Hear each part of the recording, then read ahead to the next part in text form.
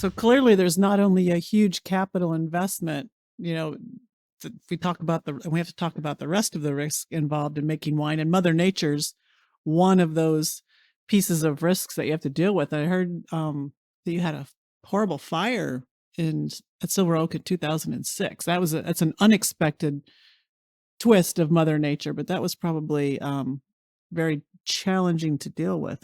It was yes, and now I call it my personal fire because so many people in our community have been affected by fires. But I actually was at the gym working out in the morning, and my wife called me and said the winery's on fire, and I ran down here. And sometime when you visit, Sandra, I'll show you the picture of me in my gym clothes.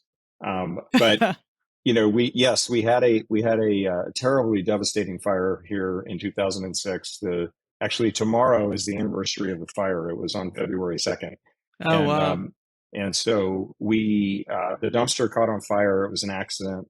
Happened to be a windy February morning, and it burned down the original building that we founded Silver Oak in, which was an old dairy barn that was built in, we think, about 1920, and destroyed 117 barrels of wine, and did enough damage to the winery that we decided to rebuild. And so one of the things that you have being a lifelong farmer and person of the land is a lot of resiliency. So literally the afternoon of the fire, we went down, and our CFO at the time, who's now retired, said she was crying and people were upset. And she said, "What are we going to do?"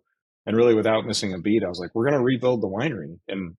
And we opened a bottle of wine, and everybody started laughing. And almost in that moment, we bounced back and we started the plan. And now, Sandy, you've been here.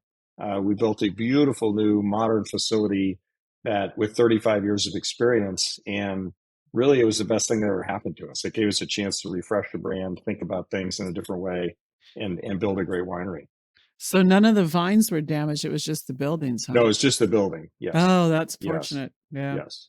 Yeah. Yes. Well, I really admire people who can take a negative and turn it into a positive, and you all have really done that. It's a gorgeous, gorgeous facility. And I know that when we were kind of snorkeling around the valley, looking to see where we were going to do the charity event that Guy and Tim did, that it was like, this is the place.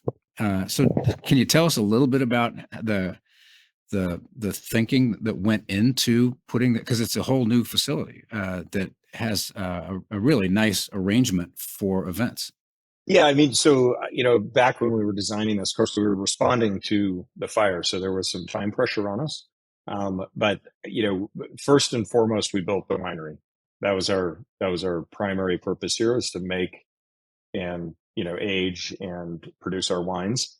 But as part of that, especially in the modern era, hospitality is a big factor. So to have the new tasting room, we built a commercial kitchen, and then we really thought about guests coming and enjoying wine and being able to do events like we did for Tim and Guy's foundation here, as well as more, smaller, more intimate events. We've done dinner for four at the winery too.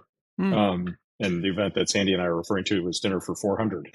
So it can go completely. It can go both ways. And so we did really think a lot about how to have the flexibility and the space, and we're in a beautiful place because it's Napa Valley, and so I appreciate your enjoyment, and there was a lot of thought that went into it.